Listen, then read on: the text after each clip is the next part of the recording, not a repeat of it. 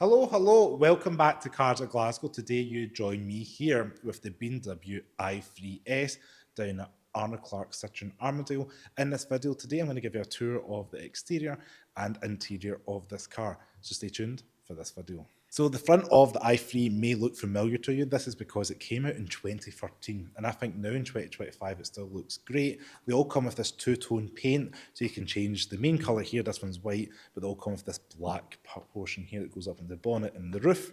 Now we do have BMW Kidney grills, but being electric they are sealed in plastic bits. You can see we've got BMW LED lights, and down below we do have this accent trim which is called BMW i Blue. So we've got these little flashes of blue around the emblem and on the front bumper here. So under the bonnet, the BMW i3S does come with this small frunk. Now as you can see here, we do have this little compartment here, ideal for holding storage cables, and it's got things like your towing iron and wheel nut removers. Everything else in here, we've got this kind of like netting material at the side, window washer, top up there. Not too much else to say under here because it is quite a small compact cabin, but it's cool to see a little bit of storage in a small car.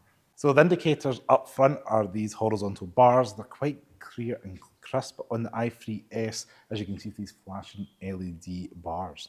So the i3S is a little bit lower by about 10mm and a little bit wider than the standard i3. Now you will see down here we do have 20-inch alloy wheels.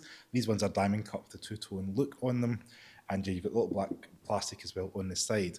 Now the i3S is a fully electric car. So being an all-electric vehicle, this car does have a battery pack located at the bottom of the car, and it's a 42 kilowatt hour battery. That means you're going to get about 140 miles of real-world range with this vehicle, about 175 miles claimed, 0 to 60 in 6.9 seconds, and a top speed of 99 miles per hour.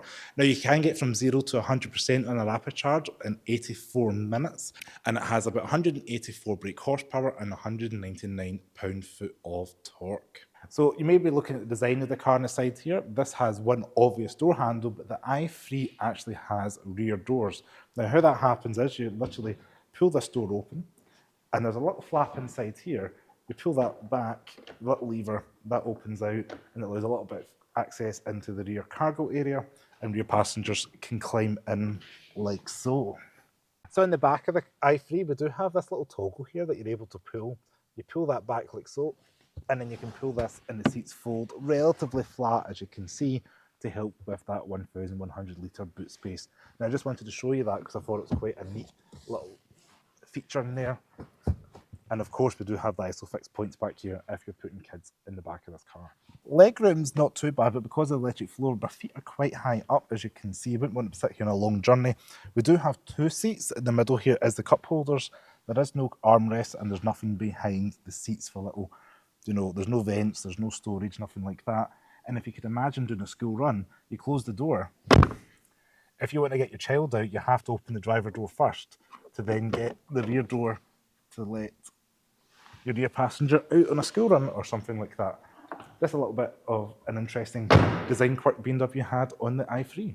On the rear of the car, you're going to notice this two-tone design. I really like the taillights on the i3. I still think they look good 12 years later.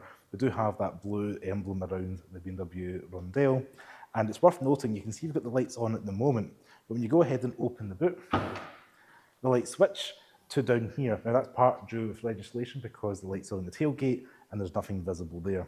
But it's quite a neat design detail. I'll close that just to show you how it switches up like so. Now, this does look a little bit like it's giving birth to another car. The i8 was always famous for looking like it was giving birth to a 911. You can let me know what this kind of looks like it's giving birth to back here in this little portion, but once you see it, you can't unsee it. So the rear indicators, you can see, are these horizontal bars above the U-shaped lights. The LED, again, not too much to say, but quite a nice little design detail because they're hidden within the black body panel of the tailgate. Now, inside the rear of the car, we do have 260 litres of boot space. Being a tight, small city car, it's just about 4 metres in length. We do have a decent sized squared off boot area, a relatively flat floor, as you can see, and underneath it's got literally no space under there because of the battery pack. So yeah, this is the storage area you've got. But if you fold the seats, you're going to get around 1,100 litres of boot space. There is tie-down hooks as well as a little kind of net bit there as well. And of course, the parcel shelf can be removed. Now let's check out the interior of the car.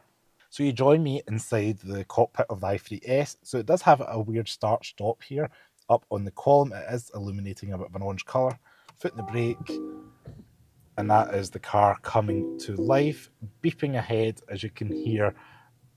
Lovely BMW bings and bongs. Now we're greeted with that BMW blue trim on the steering wheel, again around the rondelle in the centre here. First thing that catches my eye is the gear selector up here. It's going to be all the way forward for drive, and you'll hear a little bit of an audio noise in the exterior, and then reverse, and then we've got neutral, and then a separate button P for park. Now the steering wheel is quite period for BMW. We do have your cruise control on the left, and the right hand side is your volume and your telephone buttons. Indicators on the left, which a BMW driver is never going to use, and then we do have a little BC button in there to cycle through different things, and then we've got things like your wipers down here on the right hand side. So the driver has two gauges at their disposal. This little gauge up here that tells you your range, your speed, and other drive-related things. And then we've got the iDrive screen here, which is 10.25 inches. It is nice to see the BMW iDrive controller down here with physical buttons and a little bit you can run your finger across. A favourite BMW feature from a bygone era is physical buttons where you can run your finger across. You can see the numbers changing on top of the screen there, and you can assign them for favourites. So I used to have it so maybe like your home would be number 8, certain people you want to call, maybe 1, 2, 3, and other numbers there could be for radio stations and things like that. It's a really useful feature, and I think it's quite nice to see. Now we do have your climate here, which if I turn it on for a second, you're able to see inside this rotary knob here for the temperature. You can see the little screen to see things like the direction of airflow, etc. And we do have heated seats on this car as well. Nice physical buttons again, not everything's buried within the screen, and we've got some climate vents down below. Now the car's relatively practical. We do have two cup holders here. Being German, we do have quite a Germanic looking instrument design for the cup holders. We've got one centre one here, and this little add-on one here looks a bit out of place. Quite a flat floor down there with the i3S logo on the carpet, and we've got a little bit of banding material there as well to put something in to prevent it rattling around. We have 4 drive modes as well, from Sport, Normal, Eco, and Eco Pro, Plus, like so, and that changes the driving modes of the car depending how much range and battery you want to use. You can see the kind of dash has this like swooping effect. Now, I have been in other cars where they used to call these the BMW Worlds, and you could get like wooden things as well if you don't like the champagne colour. We do have a spring-loaded top glove box. It is lined with the fuzzy stuff and relatively big because there's no glove box down below here for knee room, so it has been moved up the top, which is a nice use of space, and again it gives you that futuristic look of the floating screen. So on the little bit you pull down for the sun visor, you've got this elliptical design for the mirror. It doesn't have a little light, however, it's reminded me of a Mini product with the kind of emblem there, almost like a Ford badge, and same thing for this design for the rear view mirror itself as well. It does have the old-fashioned BMW light underneath, but yeah, that just reminds me of like a Mini product. And again, very 2013 BMW with these hard key buttons in here for things like your lights. So the cabin of the i3 is fairly flexible. We've got quite seats that move quite far forward and back. This particular one's got this print with the kind of two-tone grey and the blue stitching. In the centre here, we do have a little bit of storage underneath with a USB charger and a 12-volt power outlet. It's all rubberised, and then underneath the armrest here is more room for other materials. You can put a phone that's rubberised material in there. But yeah, a little bit of storage inside the armrest that is able to get right out your way, or you can have it just like so for your arm. So behind the wheel of the i3, you do have quite good visibility out front, relatively thin A-pillars. Dashboard's quite large, but you can't really see the end of the bonnet, but because it's a tight, narrow, kind of compact car, doing parking, it's going to be quite nice and easy. It does have quite a tight turning circle as well, just over 10 metres. But yeah, visibility all round is quite good with the greenhouse, and even the C-pillar around the rear has got a bit of glass in it as well. On the door card here, again, this particular one is trimmed with this soft material. It's in the grey and black kind of material, and we've got more of that recycled material around on the door card.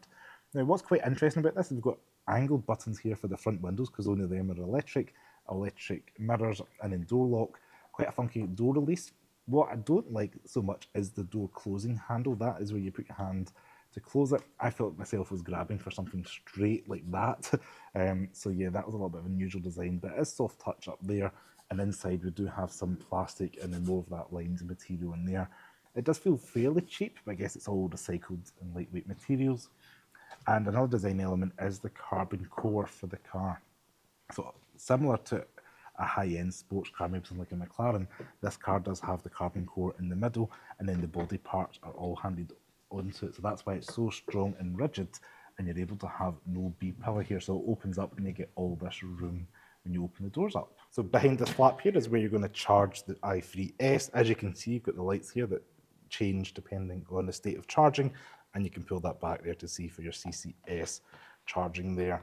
Nice and easy to locate and charge your car. So I just want to say thank you very much for watching this video on the BMW i3S. Hopefully you've all enjoyed it.